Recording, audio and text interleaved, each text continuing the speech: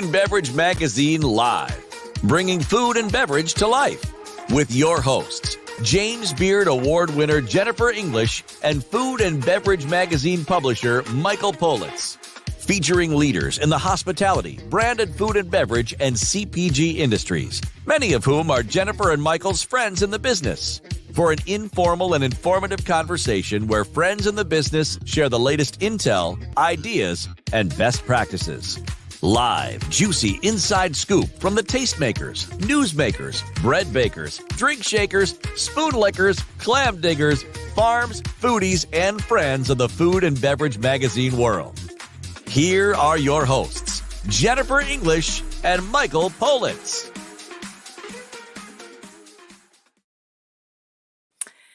Never has it been truer than one of my all-time favorite songs, I Get By with a Little Help from My Friends. And when Michael and I talk about our friends in the business coming to be with us each and every show to share what they know and to help sustain us, it comes at a time when we really are all in this together. Hi, everybody. I'm Jennifer English, and today we have one of my friends, one of my really favorite friends. There are women who I met in the early days of my food career who had inspired me and achieved the never before achieved. Carolyn O'Neil is one of those people. She's a pioneering broadcaster in the realm of food. Everything we see edible on TV today, I will say, starts as much with her as it does with Julia Child. You know, Carolyn launched and was the leader of CNN's domestic and international coverage of food and health back in the day. We always wondered when food would make it to our nightly news the same way that sports and weather did. Carolyn did just that. She's a registered dietitian. She's a multi-award winning broadcast journalist. She combines, I know it might be a funny word for some people, but I am a believer, the science-based positions and ideas that support everything she does. She believes, and I do too, that the more you know, the more you can eat.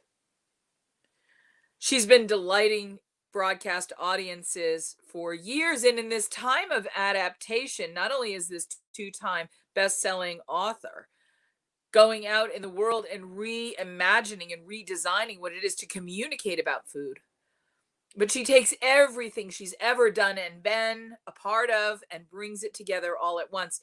Never have we needed Carolyn O'Neil more than we do now.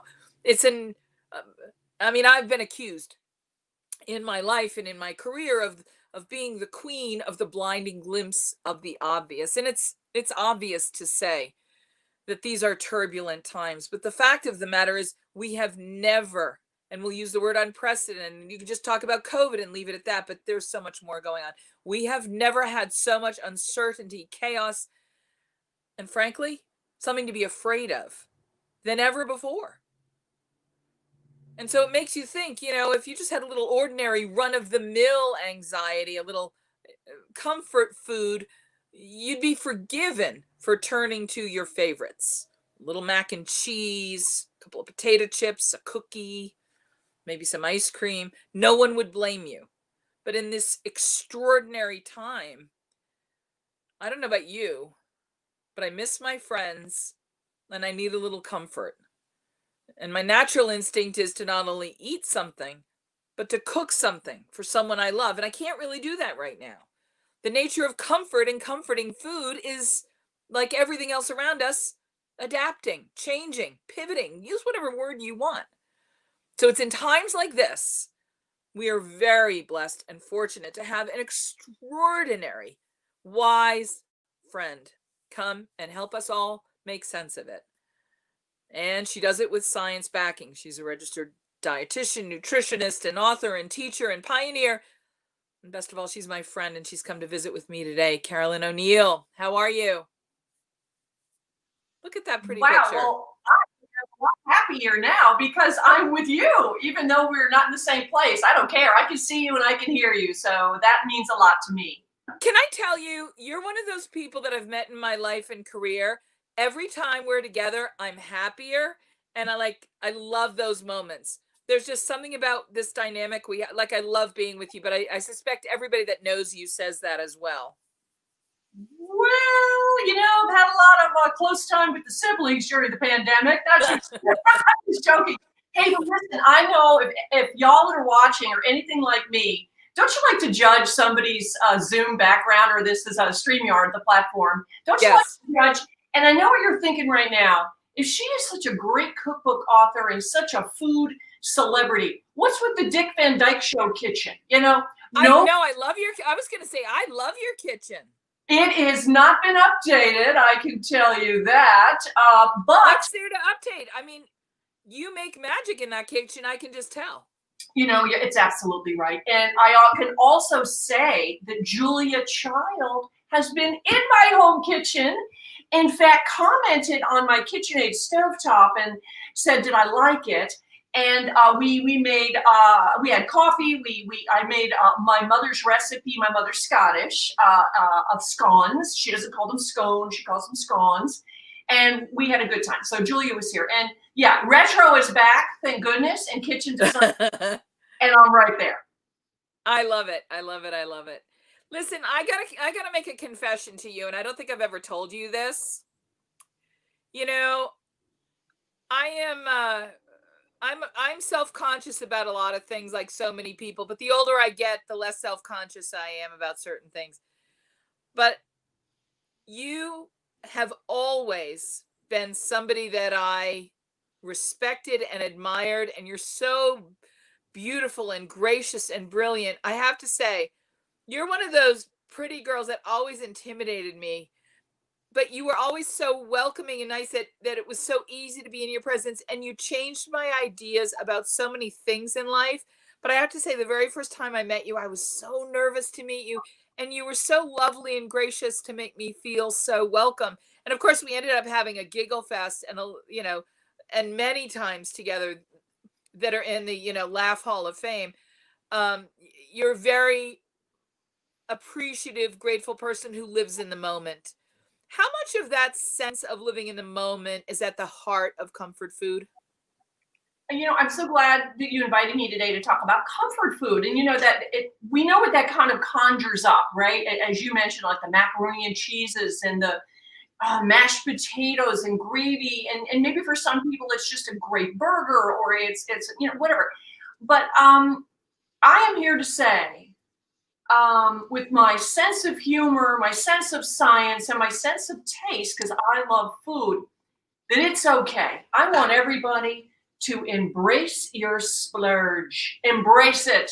Get to know it. Do not run from it. And then, once you know that you really are that, comfort for you is chocolate. Comfort for me happens to be maybe something cheesy. You know what I mean? Cheese and crackers, or like scalloped potatoes, or whatever, the cheesy kind of a thing. Embrace that splurge and get to know it.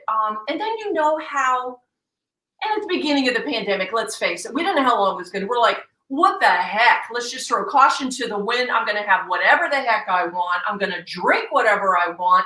And then, you know what? It's not funny anymore because it's been too long, and it wasn't just a little vacation from our everyday habits. And I'm going to find comfort, in the mac and cheese, or, in a bowl of queso dip. Now it's not funny anymore because it really is impacting. People are joking about the COVID-19, weight gain. Of course, it's going to impact our health. And I have noticed, it's interesting, people have started to make changes. Okay, know your comfort foods, have them around, but then let's start to get comfortable with, and what's cool is that more people are cooking. They're getting more comfortable with cooking because they've just spent more time in the kitchen. They've spent more time grocery shopping or communicating with their Instacart friend or whatever. But I think that there's a lot of positives I'd like to talk about that have occurred in the world of food and nutrition and healthy eating. All right, let's talk about what is comfort food. How do you define it when you're doing a talk, a lecture, or even a project? All right. I mean, I think comfort foods fall into a couple of categories. They're familiar flavors that you love and enjoy, okay? It may be based on a childhood memory. And that can go both ways. So my grandmother used to make me eat porridge, so I will never eat hot oatmeal. I'm sorry, folks, I'm not doing it.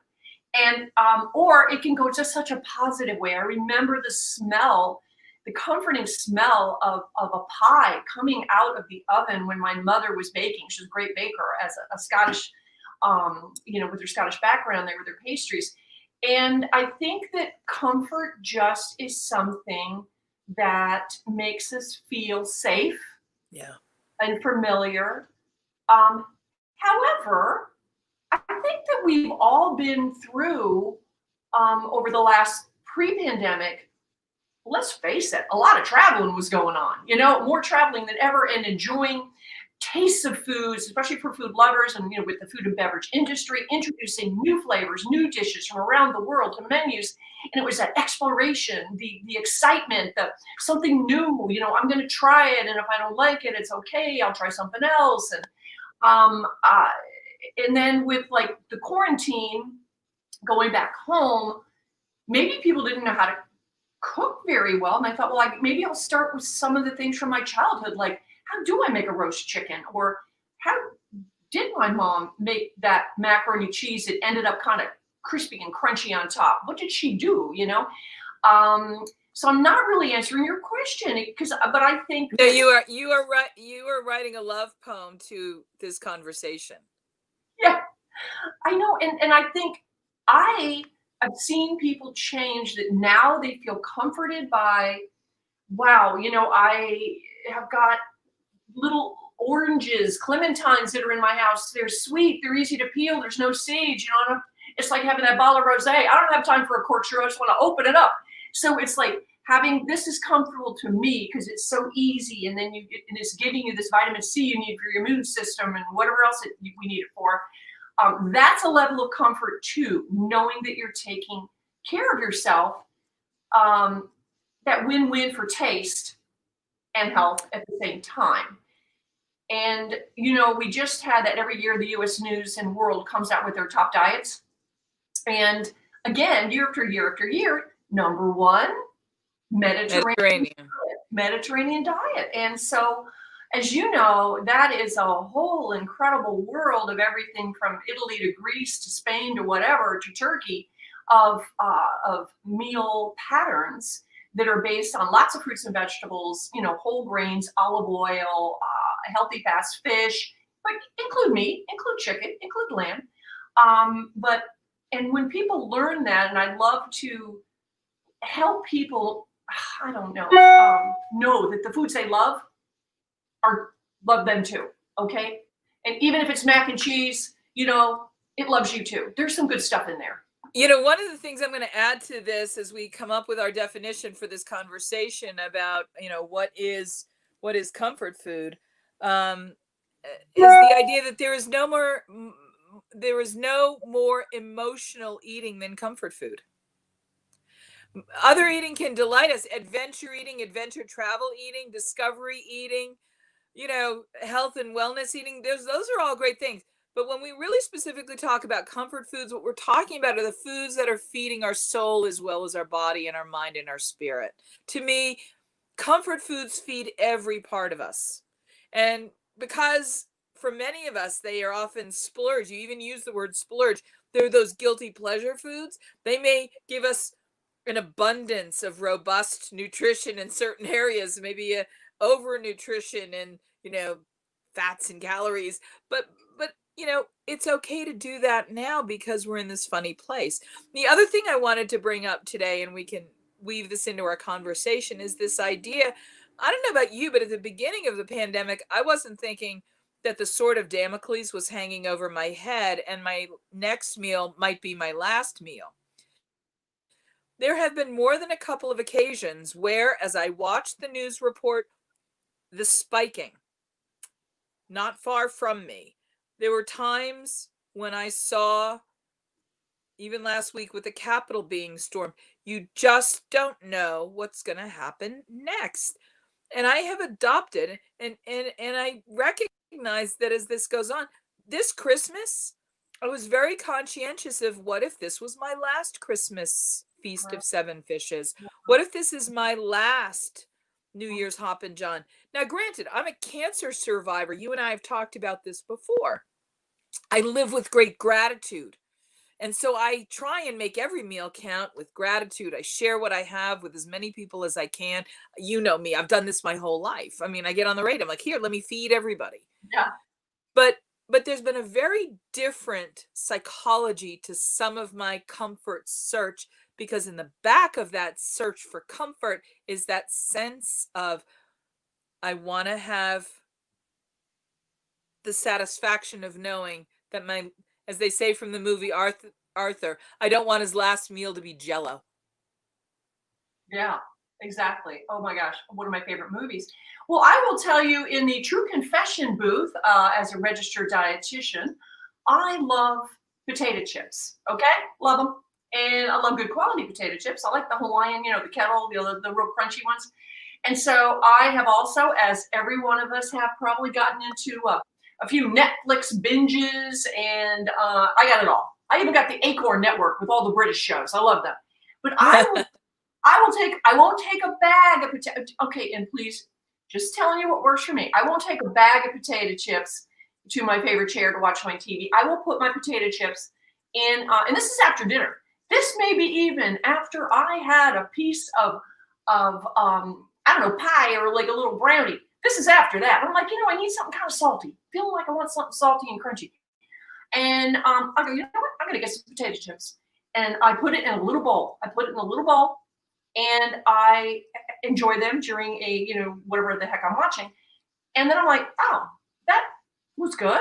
I don't really need any more. But I think it's that saying yes to, and what's funny, the new dietary guidelines came out. So exciting, the 2020-2025 dietary guidelines. So they look at what we're doing, what we're in America specifically for the guidelines for Americans, what we're doing right, what we're doing wrong. And then they figure out, some advice for us to like be better or whatever. But they have what I don't like. It's a very sexy term. The government calls it discretionary calories. And what that is let's say you have the amount of calories you need for a day with your protein and your carbohydrates and your, and your fats and all your nutrients. And then you have left over, depending on, your height, your size, how active you are, how many discretionary calories you get. And that would be the things you're going to spend on that brownie, those potato chips, the extra stuff. And of course, the more active you are, the more discretionary calories you get. Okay. So I call them the splurge calories. So guess what? Even the US dietary guidelines allow for our comfort foods. Yeah. I love the tip about using a portion control bowl. And you can really double dip on this by saying, use your favorite bowl, use your childhood bowl, use your kids' bowl. If your kid's off at college. I will be right back. I'm getting it. Okay. I love that you're getting your bowl. And that's great. I like to, I'm here by myself. I mean, my kids are grown. They live in other places, and I mean, I will still cook a beautiful meal, put it on my china, sit in the living room. I may be on a Zoom call, and a family Zoom call, and they're going to judge me anyway, so I got to have something. I can't be eating out of, the frozen meal container. I got to put it on a plate. And then my potato chips, I'll put in this little bowl, which is sort of Asian looking or whatever. It's just the right size. But yeah, and the other thing that really, speaking about stress, we all know that during this time frame, alcohol consumption, of course, went up big time, right? Right. And now we've seen an uptick in searches for non-alcoholic cocktails. Was it Grant Achatz has this beautiful new book out called Zero, about zero alcohol, zero proof beverages, and it's very interesting what's going on. And I think that you might be surprised to know that 18% of the calories that we take in are actually in the liquid form. Oh, isn't that interesting? I didn't realize it was that high a percentage. Yeah, and when we were drinking more during the beginning of the pandemic and whatever on through the summer, I know I was like, wow, that bottle of rosé went fast. Yeah. And and then I had a huge change, a shift that happened because I had nothing else to do and I needed a hip replacement surgery. Jennifer, I went ahead and scheduled it for August. And when I was home recuperating because of medications, I couldn't drink any alcohol. Okay. It wasn't compatible with, wasn't really on pain meds that long, but it was like blood thinners or whatever it was. So I started but I needed a ritual. And this is my recommendation to folks who want to cut back on alcohol. And I'm not saying no alcohol and then you don't want to, you know what I mean? Like, wait, I would create a ritual at 5 o'clock and I would get like a highball glass like this. And this happens to be club soda with some pomegranate juice in it. I'm having now with you and some fresh lime, but I would make a ritual, get a really great highball glass, put the ice in there, put in and upgrade my mixers. Okay? Upgrade your mixers so it tastes better. And our good friend Hannah Lee is working with Fever Tree. Fever Tree now has fantastic distribution everywhere in the country in grocery stores. You can get it online, but you can get it at a Safeway home delivery kind of thing.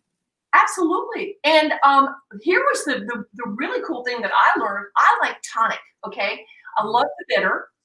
And, I do too. You know, like tonic water is going to be like full sugar, you know, like a cola or something like that. But Fever Tree and some other brands too have come out with what's called refreshingly light. It's not diet tonic. Now, you know, the diet tonics, of course, you're going to have the artificial sweeteners. Nothing wrong with them, but I don't like the flavor. I don't either. I was so excited. Be right back. I love this. So just in case you're wondering what I'm having a giant goblet of vodka. No, I'm joking. This is just good water. But I thought it would sound funny and make it.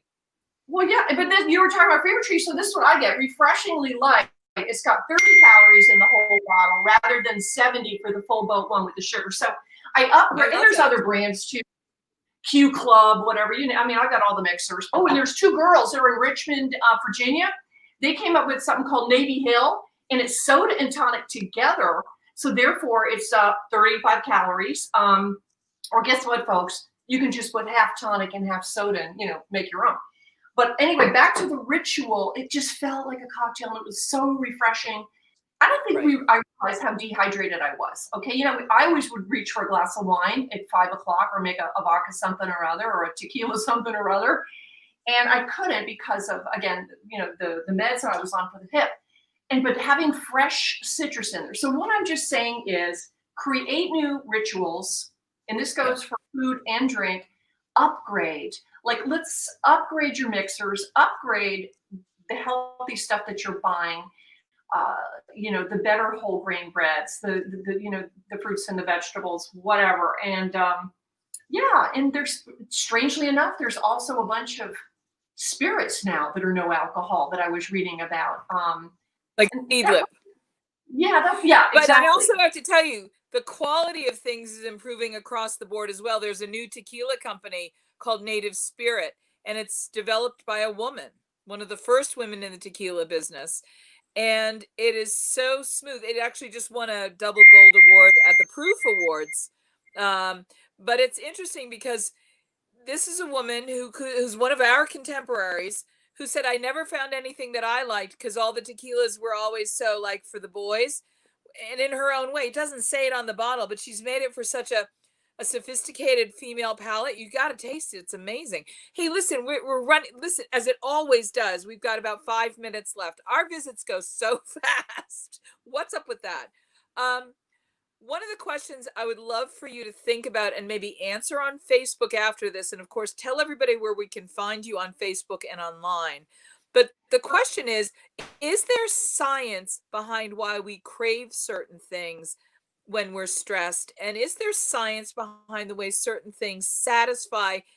That's a show in and of itself, and we'll do that another time. But I just want to put that out there for you to maybe think about and answer online for everybody. We're getting lots of questions too, because I know lots of people are on watching us and joining us. In the minutes that we have left, let's talk a little bit about what you're doing, because every single one of us in this industry, and there are millions of us who've been displaced, and our restaurants have closed, something's happened, here we are, and we need to adapt. And in everything we're all doing, we're looking for ways to adapt and change our role in getting food from the farm over here to the fork. You are doing that as well. How are you adapting your historic role as teacher, as educator, as broadcaster? Well, the first thing that happened to me, because as a dietitian with my career at CNN, and when I left CNN, I was doing TV segments on local news here in Atlanta on food and nutrition, right? Well, the first thing that happened is, the TV stations closed. That's why we've seen all the weathermen, like from their basement and stuff like that. So I couldn't go. So then I had to learn how to do it from the home kitchen and still be on the show. Then guess what happened? I would be talking about food and nutrition and my favorite foods, some recipes, what you should be literally taking the guidelines to groceries, or what's easy things to cook during the pandemic with your family. Different way of foods, cutting through the mysteries of what is the role of nutrition in the immune system, and helping people understand what to buy and what to eat and how to serve it and how to store it, and food safety. So then a strange thing happened, which was kind of good. I used to do TV in Charlotte, but I'd have to drive there. I used to do TV in Nashville, but I had to drive there. It was fine, I'd use a kitchen in the residence inn and, drag all the bags into the TV station. But because of the virtual nature of TV and local TV, I am working, I started a group called RDTV, Registered Dietitian Television. And we've chosen dietitians around the country that are good on TV and really like it and are good at communicating. And we're on local TV. Like I did a segment in New York on TV. I did a segment in Orlando just the other day. So what's so cool is because of this acceptance and of the virtual communication, it's actually broadened my reach to reach more people with food and nutrition messages and cooking. And as you said, the more you know, the more you can eat. With so many different clients, everybody from the wonderful company to Nestle and all their products, and Kellogg, and I mean, on and on and on, just to show people why the regular foods. Time out. Did you say the wonderful company? The makers of peanut butters? The makers of Palm Wonderful, Wonderful Pistachios, and, Palm Wonderful, P-O. I love that. Yeah. So, and so it's just, working with some brands, and then just essentially the goal being recipes that we can make and enjoy at home during the pandemic that are easy, nutritious, affordable, of course, that's. Really, and that's been your hallmark your whole career. Doable, actionable, delicious, inspiring, informative, educational. This is your stock in trade. That's right. And you know what? It brings me back to my original book, which matches my sweater, The Dish on Eating Healthy and Being Fabulous. And it is everything about the dish on eating in, the dish on eating out, of course, everything you should have in your pantry at home. Never has this been more valuable. And it's so fun to see that it's still selling. And it's almost like something that's evergreen, well, ever pink. And I've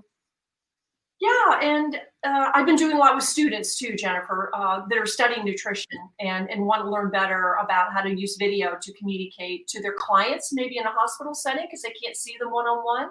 A video with audiences teaching cooking classes for cardiac health. So video and the virtual thing, I don't know. I see a lot of upsides, and I hope that we continue to use it to reach more people. But I can't wait to see you in real life. Hey, listen, Carolyn O'Neil, before we let you go, CarolynO'Neil.com on the World Wide Web, on Facebook, and all over the place. We're grateful to everything. For everything that you do for us. We've got less than a minute. You know what that means in TV time. It's all the time in the world. We can give great tips in a minute. I want you to leave us with one really delicious comfort food to get us through the next couple of weeks when we just have more uncertainty than almost anything else. I have to say this. If you don't want a boring salad, don't make one. Make that salad exciting.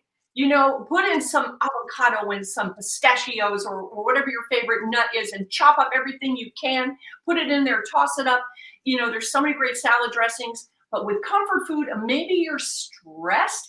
One thing you don't want to do late at night, no greasy food. You're not going to get a good night's sleep. No caffeine late at night. You're not going to get a good night's sleep. Give yourself some calming foods at the end of the evening so you can rest and feel better and less stressed the next day. You got one example of such a food? I love a chamomile tea. I think that would be one of the nicest things to set the tone for late at night. A bowl of ice cream, have it earlier in the evening, because again, the fats and things like that are just not as easy to digest when you lay down. So that I think is surprising to people. Or just have a glass of water. Nothing better than hydration to send you off into a lovely sleep. That's me right here. Hey, listen, Carolyn O'Neil, I'm going to cheers with you. And I'm also going to say, by the way, the Palm Wonderful, I keep some in my fridge at all times. The best salad dressing tweaker there is. Absolutely. I even add it to some bottle dressings I might buy at the store. And I'm like, I need a little something. And I add some pomegranate juice from the Palm Wonderful. And that's one of my restaurant tricks when people are like, oh, that's so good. What is it? I'm like, oh, yeah. Very good. Well, Carolyn O'Neil, thank you so much. Stay safe and well, my friend. You too.